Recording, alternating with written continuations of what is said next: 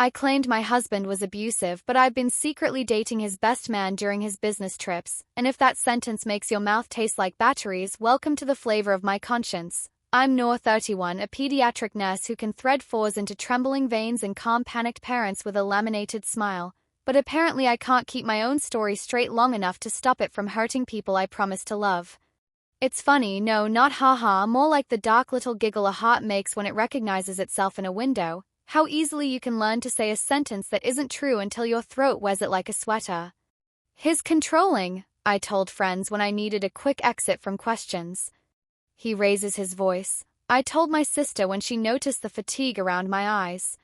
He scares me. I told myself on nights I didn't want to go home, and the words slid down like medicine I hadn't read the label for. Do you want to stop reading already? I don't blame you. I'm not telling you this because I think I'm the protagonist with a tragic violin score. I'm telling you because somewhere between triaging other people's emergencies and ignoring my own, I learned the worst trick. I weaponized a narrative that wasn't mine to use. His name is Hardy. My husband. 33. Operations manager for a company that sells, the polite word is solutions. They make software that keeps parts of the world on schedule and the rest of the world annoyed. He's a good man with a fussy relationship to time and a devotion to breakfast foods that borders on spiritual. He is not perfect. He hates being late so much it makes him snippy. He hates chaos so much he microfolds dish towels. He hates wasting groceries in a way that means we have eaten some truly creative soups. He loves me like a ritual, steady, present, sometimes without fanfare, never without intention. He is not abusive. The best man is Aiden. 32. He and Hardy met in college when Hardy was shy enough to give his own shadow space, and Aiden was the kind of person who walks into a room and looks like the room arrived to meet him. He gave a toast at our wedding that made even the waiters put down their trays to listen. He said we were a recipe, Hardy the structure, me the spice.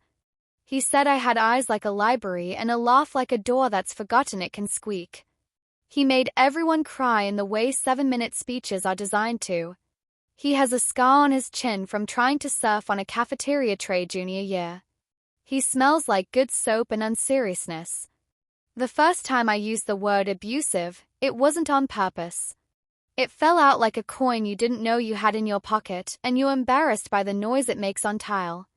I was at brunch with my friend Shreya on a Sunday after a 12-hour night shift, the kind where coffee stops being a beverage and becomes a boundary. She asked why I kept canceling plans. I said Hardy's been intense. She asked if I was okay, her eyes doing that friend scan that politely inventories your soul. I said, he's not letting me breathe, and then to make the panic in her face settle into something I knew how to manage, I added, you know how abusive people use quiet like a leash. She reached across the table and folded my hand into hers. We will get you out, she said, instant and fierce, because friends who've survived their own storms carry ladders on their backs. I nodded. I let her belief become my permission to avoid myself. I don't have bruises to show you. I have receipts. Receipts for the nights Aiden texted. His out of town? You want air? Receipts for Ubers whose pickup pins are always 2 blocks from my apartment because self-deception wears sneakers. Receipts for dinners where the lighting wanted to cast us as more beautiful than honest. Receipts for hotels that sold city view as if neon were proof of virtue. I didn't even cheat the way movies like to, champagne, a laugh that belongs in italics, a keycard pressed into a palm like a dare. It was softer, sloppier, more domestic than that. It was a habit. Aiden and I would sit on a couch that wasn't ours, him with a beer and me with a glass of water because I wanted to feel virtuous about something, and we would talk about the easy things first, television shows, the way the city smells like rain and old coins, the strange intimacy of grocery lists, and then my mouth would tip towards sentences with sharp edges. I learned the rhythm fast. Hardy would say he had to fly to Houston or Berlin or just overnight in Dallas, these little surgical strikes of capitalism. He'd pack his luggage like a trust exercise with zippers. He'd kiss me on the forehead and say, "Need anything from the airport?" And I'd say, "Nah," and hide inside that syllable. It is terrifying how you can sit on a couch with someone who thinks you are the safest sentence in his life and hold a whole other chapter in your pocket. Before you ask, why Aiden? Because he was there in a way that felt like collaboration. He listened like he was solving something, not like he was waiting to talk. He told me I was doing too much emotional labor, a phrase that made me feel certified in a way I found addictive. He made me feel legible. He made me feel admired. He made me laugh in a register I hadn't used since before Hardy, and I started speaking in logistical subtweets. He also happened to be Hardy's best friend, which meant he had a master key to our story. He knew our fights before I did. He knew how I left my anger on the kitchen counter like a hot pan and walked away. I wish I could tell you there was some horror in my marriage that rationalized what I did. There wasn't. There were paper cuts we turned into essays. There were Saturdays spent with headphones on. There were disappointments we filed under later. There were plans we each adjusted without warning the other and then punished the other for not reading minds. There was grief neither of us knew how to hold for the baby we tried to have and didn't. I bled in the bathroom with the fan on because I didn't know how to cry publicly anymore. Hardy stood in the hallway with 2 mugs of tea like an apology he couldn't pronounce. We handled it like adults, which is to say we kept everything tidy and put away the knives, and neither of us ate for a week. After that, we returned to schedules and polite noises. After that, the word abusive started to look like a shield I hadn't earned but was tempted to borrow. Aiden knew about the miscarriage. He knew because I told him everything, because we were now in the part of the story where telling is a drug. He cried, not big, not performative, just a single tear he tried to brush away like a typo. He asked if I wanted to scream into a pillow and offered his useless bachelor pillows like men offer solutions when what you needed was a witness. I put my head on his shoulder and slept. That was the first night it felt like an affair, not because of sex, but because I let a man who wasn't my husband carry the tiny animal of my grief across a room and put it down gently. Lines rarely move when you jump. They move when you lean. At work, I was a cartoon of competence. Parents handed me their squalling miracles and I changed diapers on tiny fevers and scaled doses to ounces and whispered jokes to toddlers about bravery being just a fancy word for trying. I held babies whose lungs weren't playing fair and sang to them off-key until monitors relaxed. I wrote updates to mothers in language that made the machinery less monstrous. I went to the supply closet and cried into masks when a small body refused to be convinced by medicine. Then I washed my face and came back out like a person you'd trust to cut your food in little squares. People think nurses are magic. We're just willing to stay in rooms where the truth refuses to sit still. Do you want to know how the lie grew? Like ivy. It found whatever trellis my friends gave it and made itself attractive. If someone asked about Hardy, I would sigh and talk about how he hates when I wear lipstick because it gets on mugs, which is a thing he said once about our shared ceramic situation, but I turned it into a moral. If a coworker noticed a new dress, I would say, "It's nice to feel pretty when your partner makes you feel small," and then watch the room rearrange around comforting me. That part is the ugliest, the audience participation. People brought casseroles to a disaster I had sketched in pencil. I let them. I liked the way their concern made me the most important person in the kitchen. Meanwhile, Aiden and I were doing the kind of ordinary that feels, in hindsight, like a series of little betrayals dressed up for brunch. We learned each other's coffee orders. We had a favorite bench in a park where the ducks behave like petty politicians. We told each other secrets about our families that made us feel like co-authors. We watched trashy shows and paused to deliver serious commentary like we were on a panel. We took photos of nothing and hid them in the cloud like thieves. We did not use the L word. We used its cousins, safe, easy, electric, meant. The phone would light up and my stomach would become a small, bright animal. Every time I tucked it face down, I was telling a lie with my palms. He asked about Hardy with that concerned frown men put on when they want to be better than the other guy without saying it out loud. "Is he good to you?" he'd ask. And I would inhale theatrically. "His so much," I'd say. He schedules feelings. He audits my joy. Aiden would nod solemnly as if I'd presented peer-reviewed data. "That sounds suffocating," he'd say. And then we would change the subject to podcasts because there are only so many times you can pronounce your own avoidance before the syllables taste like tin. I almost told the truth a dozen times. Once when Hardy sent me a photo from the airport of a kid asleep with a stuffed whale drooling on his shoulder, and he wrote, "I miss you like my elbow misses my hand," which was the most Hardy way to say something tender, awkward, anatomical, earnest. Once when Aiden looked at me and said, "If you asked me to, I could be the man who shows up," and my immediate private thought was, please don't make me give you a job title I don't have benefits for. Once when my mother, wise in a way that makes me suspicious, said, "Tell me a story about yourself where you're not the hero," and I laughed too loud and changed the subject to recipes. The beginning of the end arrived in a noise I know too well, the small cough of a text on a kitchen counter. Aiden's. He was slicing limes like we were auditioning for being 25 again, and the phone vibrated, and before he could flip it over, I glanced and saw Hardy's name. If this were a show, there would be a dramatic sting. In life, there was only vertigo and the solemn humor of the universe letting me see the other angle. Hardy's text, "How's she doing? I know she's not talking to me tonight. Make sure she eats." There were older messages above it, a log of check-ins, nothing compromising, no conspiratorial winks, just a man asking his friend to be my friend. A lump of shame settled under my tongue and decided rent was due. "Why is he texting you about me?" I asked, trying to make it sound breezy enough to skate on. Aiden didn't look startled. He looked sad.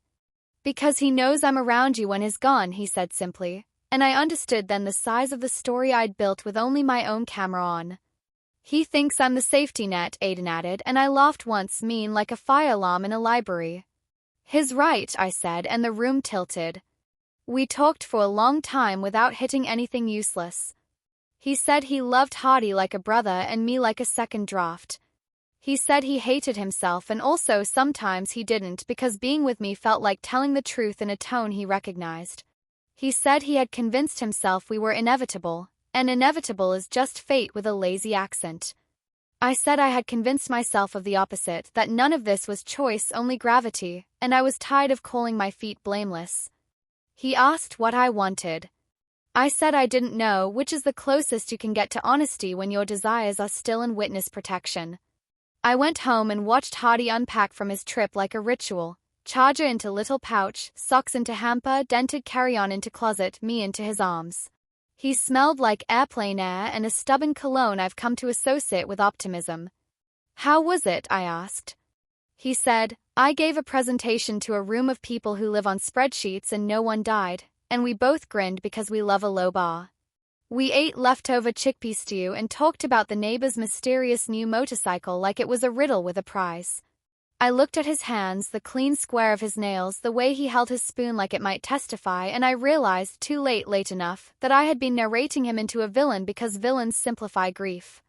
I didn't confess that night. I wish I had, if only to stop the spinning. I did something smaller.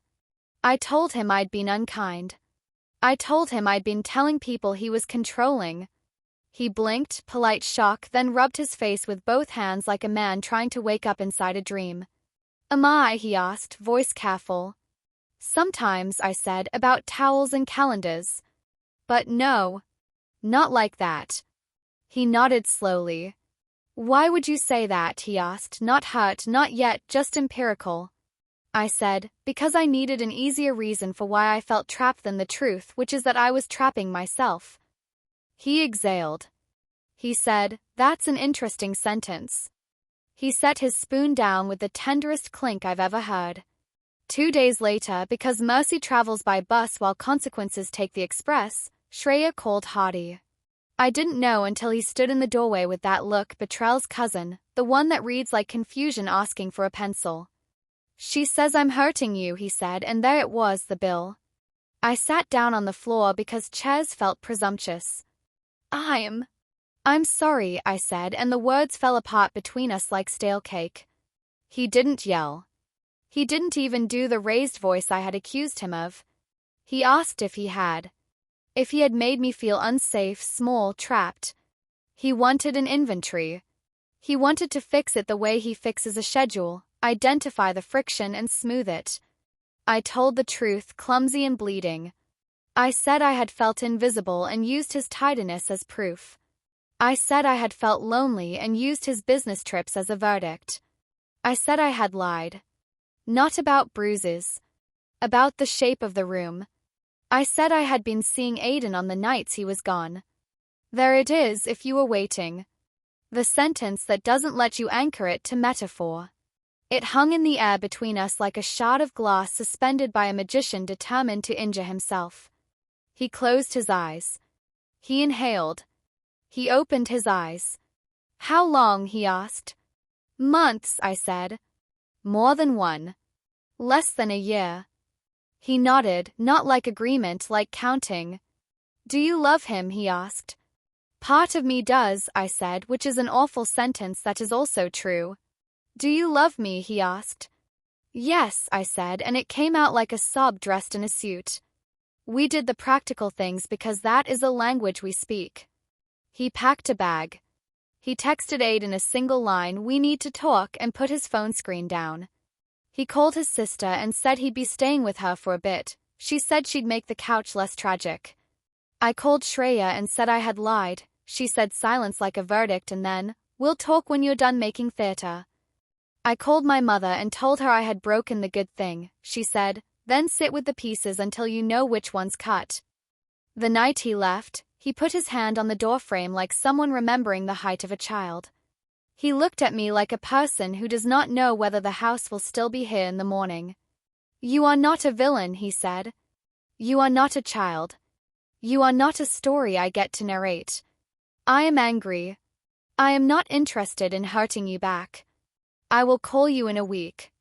Then he left like a gentleman leaving a crime scene he didn't commit. Aiden texted once, "He knows." No emojis. No absolution. I muted him for the week because I wanted to hear my own lungs. That week was a long crawl across a floor made of confession. I went to work and held babies and wrote notes and did not die. I went home and sat at the kitchen table with a glass of water and did not text. I walked the block and ignored the edge of crying feeling that sat on my sternum like a cat with an agenda. I made dal and ate it like a person practicing staying alive. I did not seduce myself with the fantasy of being tragic. I was just wrong and still breathing. I met with a therapist whose waiting room smells like chamomile and exit strategies. I told her the headline and then peeled it down to the adverbs. She did not look impressed with my narrative skills. She looked bored by them, which I mean as a compliment. She said, "You were drawing a monster to get permission to move." She said, "You chose cologne that smelled like recognition and then complained you had a headache." She said, "What is the smallest true thing you can say about yourself that doesn't make you heroic or unlovable?" I said, "I avoid pain by changing the story and then living in the new one until it collapses." She said, "Great. That's workable." Hardy called on the 7th day like he said he would because he says things and then does them, a habit that seems almost aggressive when you've been improvising morality. "Can we sit in a room with a mediator?" he asked, and I said yes because for once I wanted someone with a clipboard to be here for us. He asked me not to see Aiden, and I said yes because even my reckless parts know when to retreat. He said he had talked to Aiden. "We both cried and didn't hug," he said, and the tenderness of that almost killed me. He said he wasn't ready to make decisions in the plural. He said he was ready to hear the rest of the truth. In mediation, under the fluorescent honesty that rooms like that insist on, I told it all. Not the prurient details because there weren't many and they don't belong to anyone but the people who performed them, but the shape, my need to be admired until it replaced being known, my resentment that Hardy's mildness didn't soothe my chaos, my cowardice in borrowing the language of abuse to justify an exit I could have negotiated with integrity. The mediator didn't flinch. Hardy didn't either. He asked good questions. He apologized once for the ways his neatness sometimes felt like absence. He didn't apologize for not being Aiden. I was grateful for that. What happens next is exactly as unglamorous as you fear. We are not a movie. We are two people in a city paying rent to share a reality. Hardy moved back in after a month of schedules and silences and a Google Doc titled Our House Rules that makes us sound like roommates with a shared goal of not being garbage to each other. The rules are kind. They say things like, if you need admiration, ask for it instead of fishing for it in other lakes. They say, no narrating the other person to friends without a clause that begins with I. They say, if you feel like leaving, say so while your shoes are still on the mat. I blocked Aiden. Not because he is a villain either, but because you can't quit a drug and keep it in your pocket just in case. He wrote me a letter that began, I will love you in the past tense now, and I cried on it and then put it in the freezer because my therapist told me that's a way to keep a thing without letting it thaw into your day. I hope he becomes the better man he was rehearsing for. I hope he forgives himself without trying to buy it from me. I hope he and Hardy someday can be in the same room without the air getting nervous. My friends are divided into two camps, the ones who want to throw me a welcome to honesty party and the ones who want to put me in timeout. Both are right. Shreya and I met on a park bench and cried and laughed and then took our friendship to physical therapy. My mother made me tea and told me about a neighbor who ran away with a saxophonist in '89 and came back with a different laugh. We don't know if that was better or worse, only that it was real. My sister sent me a text that said, you were brave in the wrong direction. I'm glad you turned around. At work, nothing changed and everything did. I am gentler with parents who need a story to make their fear make sense. I am less eager to tidy it for them. I say that's one way to understand it, and here's what the data says, and you get to be wrong and still a good mother. I bring that last sentence home and put it on the fridge with a magnet shaped like a tomato. Hardy and I go on walks where our neighborhood pretends it's a village. We touch shoulders like novices. We make dinner and argue about comin'. We practice compliments the way kids practice piano, stiff at first, then looser, then occasionally brilliant. Sometimes we lie in bed and stare at the ceiling and talk about the baby who didn't make it like we're talking about a meteor that passed through us. Sometimes we turn off the light and he holds onto my ankle as if to confirm I am still here. Sometimes I fall back into old self-flattering narrations and he says no and I come back because names are anchors when you let them. This is not a redemption arc so much as a rehab. I don't deserve a prize for telling the truth late. I deserve the work of telling it again tomorrow. I don't deserve Hardy in a way that implies worthiness. I get to choose him and be chosen while we build something that withstands more than weather. I don't deserve to call what I did a mistake singular, and therefore forgivable by sheer grammar. It was a series. A season. We cancelled it. Good. If a stranger asked me for advice, I'd offer this. Don't borrow words like abuse to explain the ordinary ache of mismatched seasons. Those words belong to people who need them, and using them as insulation is theft. Don't outsource your hunger to the nearest admirer. Eat at your own table first, even if dinner is humility with a side of shrug. Don't make your partner into a villain because villains make it easier not to negotiate. Don't call attention love. Learn to request admiration like a grown-up. Learn to bear boredom without setting the house on fire. Also, forgive yourself without forgetting the invoice. You can be a nurse who holds babies like parachutes and still need to stop lying to your own face. You can be a man who empties the dishwasher with reverence and still need to learn that neatness doesn't equal intimacy.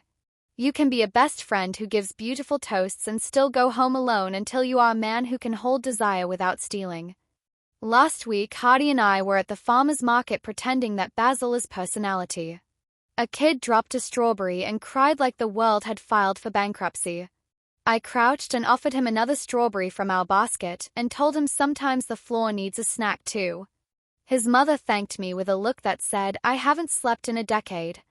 Hardy squeezed my hand and said, you make this world less sharp. I squeezed back and said, so do you. We paid for peaches. We walked home. We argued about whether cilantro is soap or symphony.